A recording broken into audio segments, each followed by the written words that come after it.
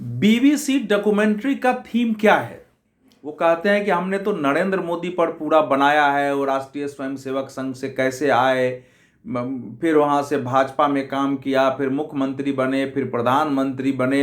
इन सब की हमने पूरी चर्चा की है, लेकिन उसका मुख्य थीम गुजरात दंगा है। उसका मुख्य थीम नरेंद्र मोदी को मुस्लिम विरोधी साबित करना है। उसका मुख्य थीम हर हाल में यह साबित करना है कि 2002 में गुजरात में जो दंगा हुआ उसमें नरेंद्र मोदी ने जानबूझकर, या यह कह सकते हैं कि योजना बनाकर साजिश रची और मुसलमानों का कत्लेआम करवाया, जिसमें उनके आदेश पर प्रशासन मूक दर्शक बना रहा। भारतीय जनता पार्टी, आरएसएस के लोग मुसलमानों पर हमला करने वाले में शामिल थे। तो अब इस प्रकार की बातों को लाने का क्या उद्देश्य होगा? यहां यह ध्यान रखना पड़ेगा हमको कि गुजरात दंगों को लेकर जितनी जांच हुई, उस प्रकार का इन्वेस्टिगेशन किसी दंगे में भारत में नहीं हुआ। बाकी पुलिस ने क्या किया, कोर्ट में कहां गए, छोटे छोटे न्यायालयों में कैसे हुआ, उसको तो छोड़ दीजिए। जिन लोगों ने स्वयं को सेकुलरवाद का झंडा बरदार बनकर गुजरात दंगों के विरुद्ध और खासकर उसमें नरेंद्र मोदी के विरुद्ध अभियान चलाया है, साबित करने के लिए कि पूरा दंगा उन्हीं के द्वारा नियोजित थी, पूरा पुलिस प्रशासन सब मुसलमानों को मारने वालों के साथ खड़ा था। यहां तक कि आरएसएस, विश्व हिंदू परिषद और भाजपा के लोगों को पुलिस टच भी नहीं करती थी। ये सब जो दुष्प्रचार करने वाले थे, उन लोगों ने मानवाधिकार आयोग से लेकर सुप्रीम कोर्ट तक इसकी लड़ाई लड़ी और पिछले साल जून में सुप्रीम कोर्ट ने 453 पृष्ठों का फैसला दिया है, जिसमें स्पष्ट कहा है कि गुजरात के दंगों के पीछे किसी प्रकार के सरकार की भूमिका का कोई प्रमाण नहीं मिलता है। उसने लिखा है कि हिंसा में सरकार की कोई भूमिका थी, प्रशासन ने जानबूझकर हिंसा कराए, इसके रंच मात्र भी प्रमाण नहीं है। यही नहीं, उसने तो यहां तक लिख दिया है, सुप्रीम कोर्ट की जो पीठ थी उसने यहां तक लिख दिया है कि जिन लोगों ने बार बार न्यायालय का दरवाजा खटखटाया है इसको साबित करने के लिए कि नहीं, नरेंद्र मोदी और सरकार ने ही दंगे कराए, हिंसा कराए, उनकी जांच होनी चाहिए। उसने कुछ अफसरों के बारे में भी कहा कि इनकी छानबीन होनी चाहिए कि इनका क्या इंटरेस्ट था इसमें। तो अब जरा सोचने का विषय यह है कि क्या बीबीसी को उच्चतम न्यायालय से ज्यादा तथ्य मिल गए? और उच्चतम न्यायालय में भी जो अंतिम मामला गया था कि जो फरवरी 2012 में एसआईटी ने जो अंतिम रिपोर्ट दी थी, जिसमें यही कहा था कि गुजरात दंगों में किसी प्रकार की नरेंद्र मोदी की सरकार की भूमिका नहीं थी, उन्होंने कहीं भी हिंसा कराने या हिंसा को आगे बढ़ाने की भूमिका नहीं निभाई। उसके विरुद्ध यह याचिका थी कि एसआईटी की रिपोर्ट को खारिज किया जाए। सुप्रीम कोर्ट ने कहा है कि एसआईटी की रिपोर्ट काफी वस्तुनिष्ठ है, गहराई से जांच छानबीन करके एक एक पहलू को समझने के बाद यह रिपोर्ट बनाई गई है और इसको नकारने का, इसको रिजेक्ट करने का कोई कारण नजर नहीं आता है।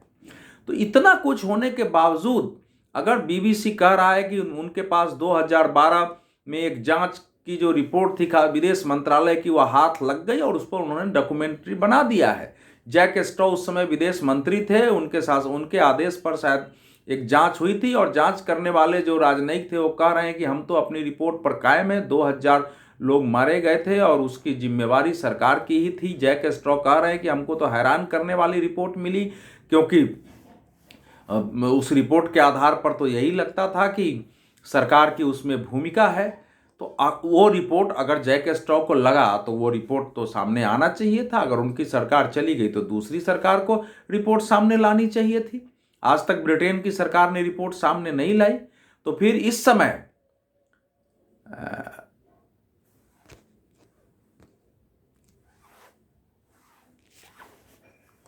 इस समय उस रिपोर्ट के आधार पर कोई डॉक्यूमेंट्री बनाने का क्या कारण हो सकता है? तो जाहिर है अब एक बड़ी जो दुनिया भर में, भारत सहित दुनिया भर में एक बड़ी लॉबी है जिनको नरेंद्र मोदी से सबसे ज़्यादा एलर्जी ही नहीं कहिए, ऐसा लगता है कि नरेंद्र मोदी का नाश कर जाने से उनका जीवन सफल हो जाएगा। और उसके साथ भारतीय जनता पार्टी, राष्ट्रीय स्वयंसेवक संघ और उससे जुड़े संगठनों को लेकर एक जो अंदर से एक घृणा का, नफरत का जो भाव है, और साथ ही साथ भारत की सत्ता में बहुत लोगों का इंटरेस्ट होता था, सत्ता के माध्यम से उनके हित सत्य थे, उन सब लोगों पर आघात पहुंचा है। उसमें बड़े बड़े एनजीओ हैं, कुछ सरकारें हैं, दुनिया के कई मल्टीनेशनल कंपनियां हैं, बहुत सारे सर्वे कंपनियां हैं, कई ऐसे अनेक पत्रकार हैं, लेखक हैं जिनकी पूरी पत्रकार लेखक तो ऐसे भी है जिनकी पूरी जिंदगी ही बीजेपी, आरएसएस और नरेंद्र मोदी के आने के बाद उसके विरुद्ध में लिखने, बोलने, दुष्प्रचार करने पर ही केंद्रित थी। उनके आय का साधन भी वही था, प्रतिष्ठा का साधन वही था, उनको पुरस्कार सम्मान इसी आधार पर मिलते थे। बहुत सारे ऐसे बड़े बड़े एनजीओ थे जिन्होंने लगातार यही साबित करने की कोशिश की कि ये सारे संगठन और नरेंद्र मोदी स्वयं मुसलमानों ही नहीं, अल्पसंख्यकों के दुश्मन है, और उसके आधार पर रिपोर्टें देते थे। और इन सब की एक पूरी लॉबी देश और दुनिया में है जिनका हर हाल में कोशिश है कि किसी प्रकार से नरेंद्र मोदी सत्ता से जाए, भारतीय जनता पार्टी सत्ता से जाए। उनकी कोशिश यह है कि अगर ये रिपोर्ट भारत में आ गई या दुनिया देखा तो दुनिया में मुसलमानों का गुस्सा बढ़ेगा, और जो मुस्लिम देश भारत के साथ अच्छे संबंध रखते हैं उनके साथ इनके संबंध खराब हो गए। भारत के अंदर मुसलमानों में फिर से गुस्सा पैदा होगा, वो विरोध प्रदर्शन सड़क पर कर सकते हैं। जो एक सेकुलर लॉबी है वो खड़ी हो सकती है, इसको इशू बना सकती है। इसके आधार पर भारत में राजनीतिक आंदोलन बड़ा खड़ा हो सकता है नरेंद्र मोदी के विरुद्ध, सरकार के विरुद्ध। कई राज्यों में भाजपा की सरकारें हैं, उनके विरुद्ध खड़ा हो सकता है। जैसे शाहीन बाग से लेके किसान आंदोलन में भारत को और नरेंद्र मोदी सरकार को जिस ढंग से बदनाम करने की कोशिश हुई, टूल किट बनाकर दुनिया भर में अभियान चले थे, वो हमारे सामने है। तो ये शक्तियों की कोशिश है, क्योंकि गुजरात में इन्होंने देखा कि किस ढंग से नरेंद्र मोदी की लोकप्रियता बनी हुई है और रिकॉर्ड जीत हासिल हुई है। इन्होंने हिमाचल की भी निश्चित रूप से बीबीसी और बाकी ऐसी संस्थाओं ने हिमाचल चुनाव परिणाम का विश्लेषण किया। उनको पता चल गया कि मोदी की लोकप्रियता में कोई कमी नहीं है। स्थानीय बीजेपी के नेताओं के झगड़े के कारण थोड़े मतों से बीजेपी हार गई, लेकिन लोकसभा चुनाव में वहां से वो वापस आ जाएगी। तो एक पूरा माहौल उसके विरुद्ध बनाने की कोशिश है कि किसी ढंग से वो बदनाम हो और दुनिया में उनके विरुद्ध आवाज उठे। और इसमें पाकिस्तान को देखिए, पाकिस्तान संसद में इस पर चर्चा चल रही है। वहां की विदेश राज्य मंत्री कह रही है कि हम जो कह रहे थे वही बीबीसी में दिखाया गया है, यानी नरेंद्र मोदी की मुखालफत हो दुनिया भर में, मुसलमानों को भड़काओ दुनिया भर के। और साथ ही साथ पाकिस्तान के पत्रकार ने अमेरिका के विदेश मंत्रालय में जो प्रेस ब्रीफिंग होती है उसमें सवाल उठा दिया, ब्रिटेन के प्रेस ब्रीफिंग में सवाल उठा दिए, यहाँ तक कि ब्रिटेन के संसद में पाकिस्तान मूल के जो सांसद हैं इमरान साहब, उन्होंने सवाल उठा दिया। लेकिन सबको मुंह की खानी पड़ रही है। अभी तक विश्व की किसी सरकार ने पाकिस्तान को छोड़कर इस रिपोर्ट का समर्थन नहीं किया है।